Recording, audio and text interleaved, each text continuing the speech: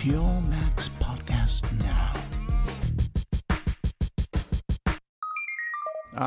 What surprises does Apple have for us this year? Patently, Apple reports that they have learned about an electronic document authoring system under patent application 20110074710.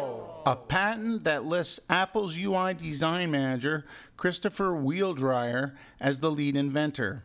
In that patent, Apple lists the apps that have been designed to work with gestures, and more specifically, touchscreen displays like the iPad. The list includes productivity apps such as Keynote, Pages, Numbers, and iWeb. Yes, the only one on this list that Apple has yet to introduce on the iPad is iWeb, and it's clearly marked in this patent as just a natural app for the iPad's electronic document authoring system. So, it's a safe bet that it's on Apple's list of coming apps for the iPad sometime this year. Mac Stories reports that following a statement in late February in which Pearson's CEO Marjorie Scardino expressed her concerns about the Financial Times iPad application having to comply with Apple's new rules on iTunes subscriptions for apps, Managing Director of FT.com Rob Grimshaw told Reuters Monday that the publication won't give up their subscriber relationship to Apple, which has implemented an opt-in policy so users can decide whether or not their personal data should be shared with a publisher.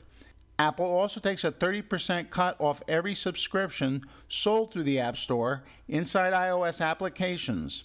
According to a previous report, developers will need to update their existing publishing apps to include subscriptions by June.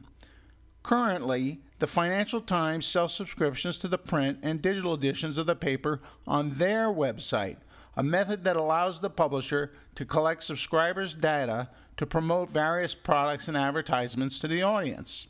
The Financial Times says that they have a great relationship with Apple, but if the business model doesn't work out, they are ready to pull the app from the App Store and release it somewhere else, perhaps as a web app or perhaps on Android. The situation is interesting as the FT iPad app is generating 20% of the publication's subscribers and millions in revenue, but they don't want to comply to Apple's terms as they, quote, have something to lose. The mighty beard at the loop says, you knew it was going to happen. Someone was going to release an album recorded on the iPad using GarageBand.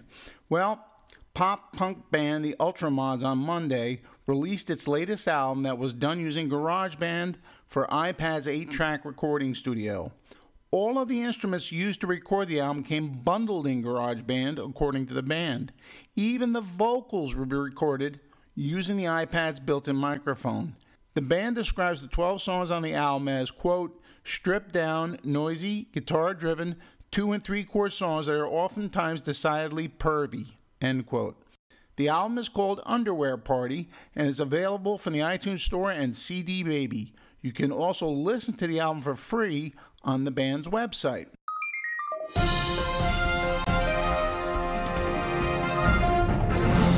Truth triumphs fiction. And today's story isn't from Texas, but you can see it from there.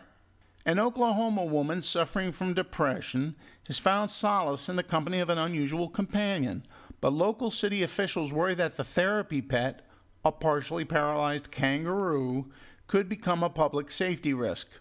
Christy Carr is seeking an exemption from the Broken Arrow City Council to keep Irwin, a 25-pound great red kangaroo that she cares for much like a child. Irwin rides in a car seat, is dressed in a shirt and pants each day, and is rarely away from his doting caretaker. At the advice of her therapist, Carr began volunteering at a local animal sanctuary where she met Irwin, then just a baby. Less than a week later, the kangaroo named for famed Australian animal expert Steve Irwin ran into a fence, fracturing his neck and causing severe brain damage. Irwin will not live if I have to give him up, Carr said, adding that she would rather leave town. I can't imagine a day living without him. Because of his accident, Irwin isn't expected to get larger than 50 pounds. Neutering has also lessened any chance he will become aggressive. Irwin cannot be judged as any normal kangaroo, the veterinarian said. He is a unique animal due to his disabilities and will require a lifetime of care and concern for his welfare. The 1-year-old animal never leaves Car's side for more than an hour, often accompanying her on errands and going out to eat. He rides in a car seat before being placed in a pouch when going out in public. Car's therapist certified the animal as a therapy pet under the Americans with Disabilities Act.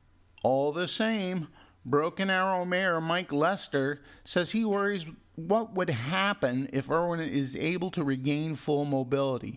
There's just a myriad of things we need to consider, Lester said. Broken Arrow nursing home owner Joanna Cooper said she doesn't understand why keeping Irwin has become an issue. Carr has brought Irwin to the nursing home in the past for residents to hold and pet. Why are people giving her problems when people have tigers and pit bulls? Cooper asked. You know, I'd love to know what Mike Vick thinks about all this.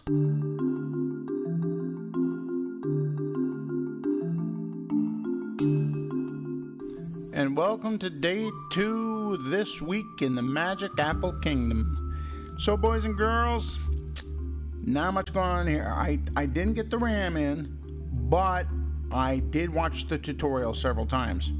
In fact, they say it'll take 10 minutes to put in the RAM. I probably spent 40 minutes watching the tutorials. Shows you how my mind works. Okay, so until tomorrow, this is your host, Beaver Cleaver, saying download, double click, drop out.